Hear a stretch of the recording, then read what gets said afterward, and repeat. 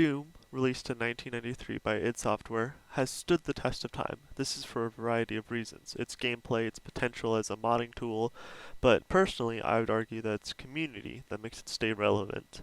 Major Arlene, a Doom content creator, shares her thoughts on the community at large in this interview.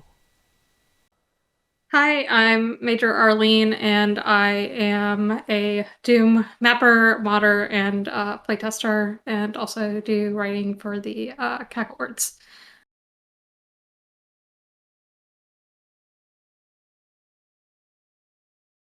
Well, it was the first video game that I played that wasn't an educational game. My parents were a little bit conservative and protective, so this was kind of like my rebellion.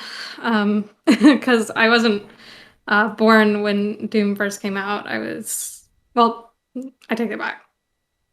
I was born. I just, didn't get into that community until I was in my late teens.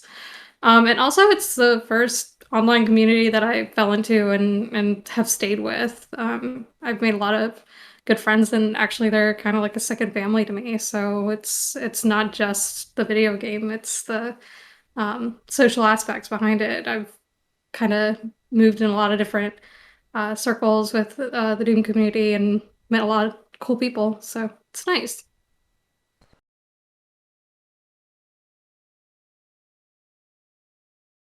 Well, first and foremost, I think Doom is relevant because it's so easily moddable. From the pretty much the very beginning, people were trying to crack into the engine, figuring out ways to modify it.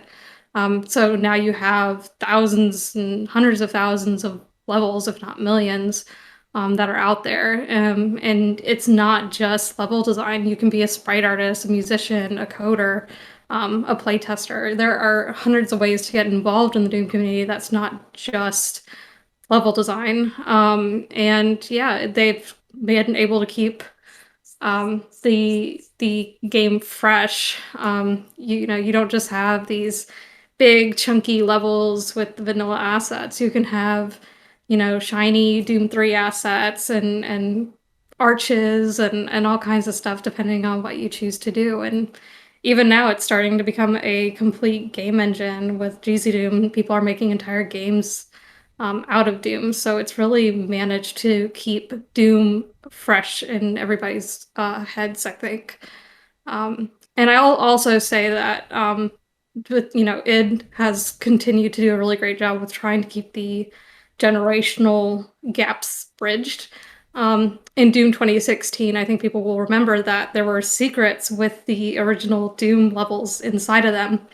So, as you have new people getting into Doom through Doom 2016, you also had, the origins of Doom shining through in certain areas of the game.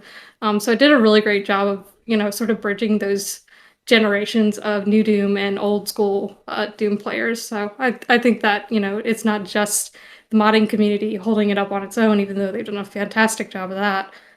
Also, it's kind of helping do the same thing.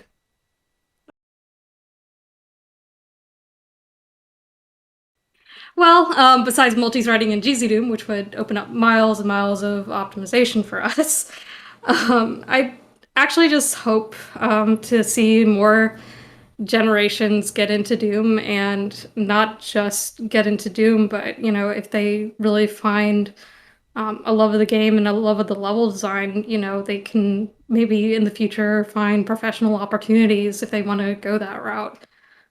We have a lot of really fantastically talented people who are starting to get now into commercial projects because of their work in Doom. So I think it's a really great avenue for people to get into, and I just hope that people continue to do that.